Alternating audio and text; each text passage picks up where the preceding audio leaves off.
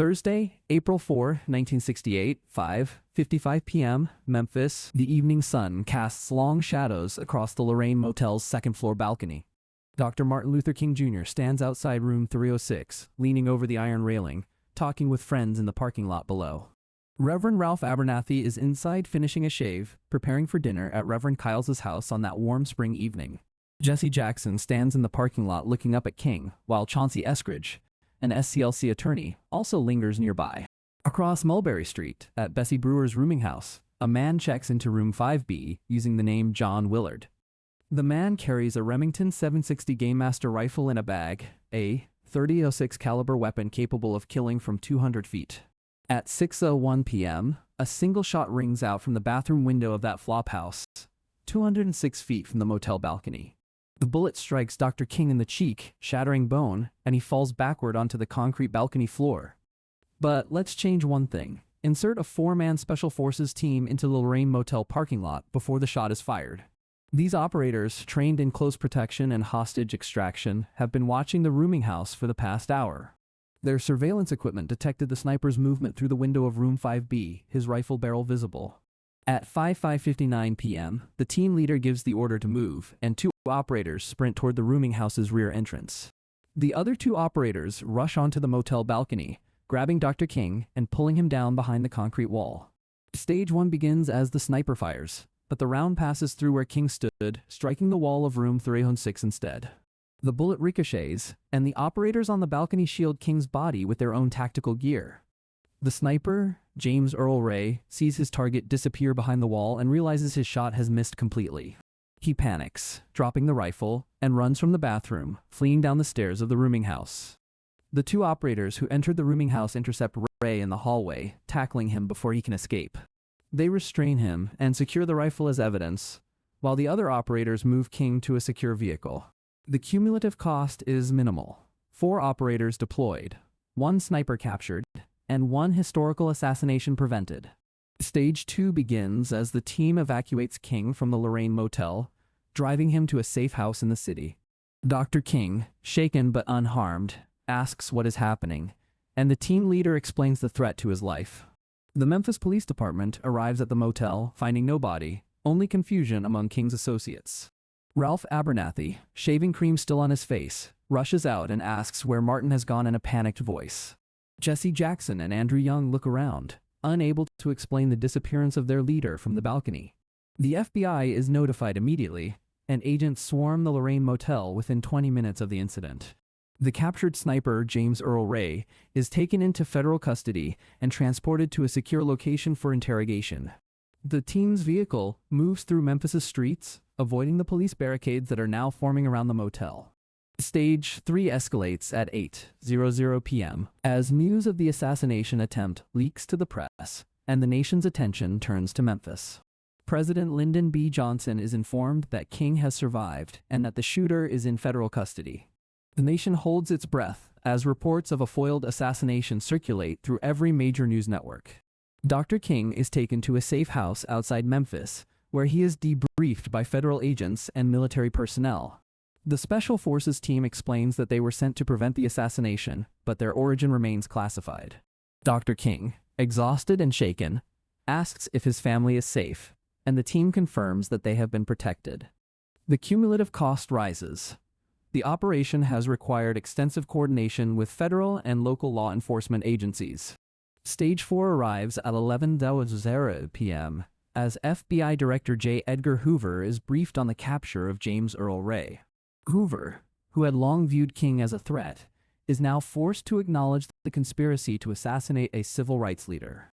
The investigation reveals that Ray acted with the support of others, including ties to far-right groups and other conspirators. The evidence of a broader conspiracy involving military and intelligence agencies begins to emerge from the investigation. Lloyd Jowers, owner of Jim's Grill, is identified as a participant in the plot to kill King from the rooming house area.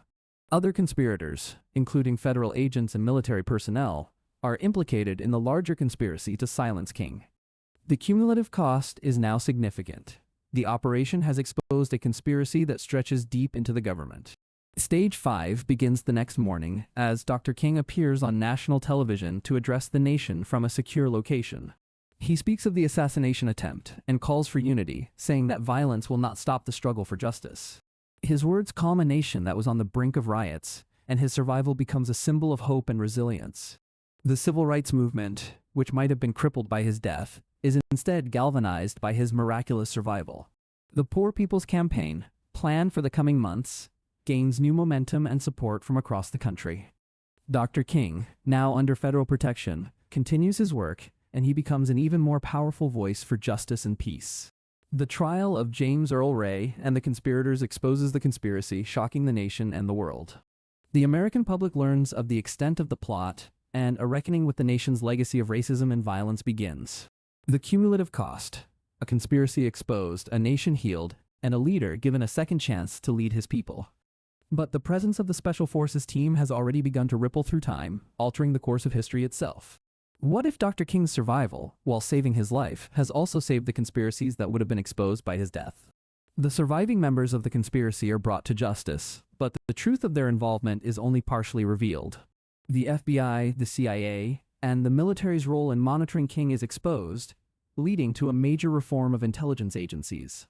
The reforms prevent future abuses and create greater accountability for the nation's intelligence apparatus. But the exposure of the conspiracy also creates a new threat: the radicalization of those who believe the government is corrupt. The assassination attempt sparks a new wave of activism, and the civil rights movement enters a new, more powerful phase. Dr. King, no longer silenced by death, continues his work and expands his campaign to include economic and global justice. He leads a march on Washington that is larger than the 1963 march, demanding an economic bill of rights for all Americans. The Poor People's Campaign, which floundered without King's leadership in history, succeeds under his guidance. The campaign demands a guaranteed income, affordable housing, and universal health care for all citizens. The nation's attention, focused on the assassination attempt, is now turned toward the demands for economic justice. The civil rights movement, unified by King's survival, becomes a powerful force for change across the United States.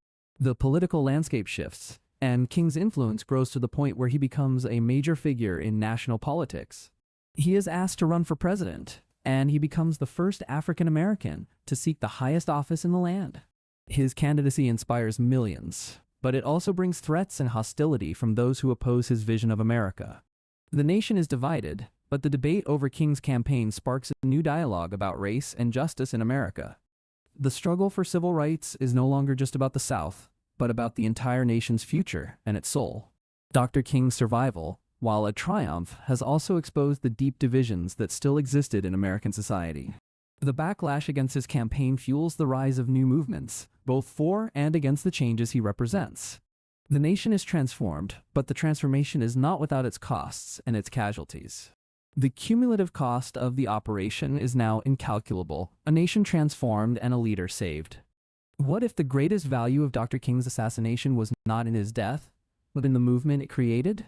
The assassination, in history, galvanized the nation and led to major reforms in civil rights and criminal justice. By preventing the assassination, the Special Forces team saved King, but may have altered the trajectory of the civil rights movement. The movement, united by King's death, is now fractured by his survival, and the debate over strategy intensifies. King, who had been moving toward a more radical position on economic and global justice, faces opposition from his own supporters. The conservative wing of the movement, represented by figures like Roy Wilkins, grows frustrated with King's evolving views. The radical wing, represented by figures like Stokely Carmichael, pushes for more aggressive action against the system. King, who survived, now must navigate the tensions between these factions and find a path forward for the movement. The nation, which was united in grief and outrage by King's assassination, now faces a divided and uncertain future. What if the assassination of Martin Luther King Jr. was a tragedy that transformed American society for the better? Without the unifying tragedy of King's death, the civil rights movement may have splintered and lost its momentum. The movement, deprived of its martyr, may have struggled to achieve the same level of progress and change. The Poor People's Campaign, without the symbolic power of King's death, may not have succeeded in its mission. The federal holiday honoring King may never have been established if he had not been martyred for the cause. The memory of King, which has been shaped by his assassination, may have evolved differently if he had lived. The king we remember is the king of the "I have a dream" speech, not the king who opposed the Vietnam War. By saving King, the Special Forces team may have saved the man but lost the symbol, the martyr, the legend. The nation may have lost the unifying tragedy that brought it together and inspired its commitment to civil rights. What if the greatest value of King's life was not in his survival, but in the sacrifice that made his message eternal? The question haunts the Special Forces team as they return to their own time, their mission complete but their consciences troubled. They saved King's life, but they may have damaged the movement he led and the legacy he left behind. The moral arithmetic is impossible, a question of whether a single life is worth the transformation of a nation. What if the Special Forces team should have let the assassination happen and let history take its intended course? The answer is a mystery, a riddle wrapped in the smoke of a Memphis evening that never should have been changed. The Special Forces team is left to ponder that question for the rest of their lives, their success a burden they cannot escape. They saved a life, but they may have lost the lesson that tragedy provides, the lesson of a nation's wake-up call. The civil rights movement, in this altered timeline, may have ended very differently, without the push of King's assassination. The king who lived is a very different figure from the king who died, and his impact on history is forever altered. What if the ultimate sacrifice is not in dying for a cause, but in allowing a cause to be defined by that death? The question hangs in the air, unanswered, unanswerable, a ghost that will never be put to rest. The Special Forces team fought and won, but their victory was a hollow one, a triumph without the wisdom that tragedy provides. They saved King, but they may have lost the movement that would have transformed America, and the world is poorer for it. What if the true price of victory was not the life saved, but the movement that was lost in that Memphis evening? The Special Forces team is gone, but their legacy is a world transformed, a world divided, a world that will never know. What if the greatest victory is not saving a leader, but allowing the movement to endure, to grow, and to transform a nation? The movement endured, but it was changed, and the change was not the change that history would have created. What if the assassination of Martin Luther King Jr. was the price of progress, and progress without that price is impossible? The question remains, unanswered, unanswerable, a ghost that haunts the Lorraine Motel balcony to this very day. What if the greatest cost of saving King was the loss of the movement that would have made his dream a reality?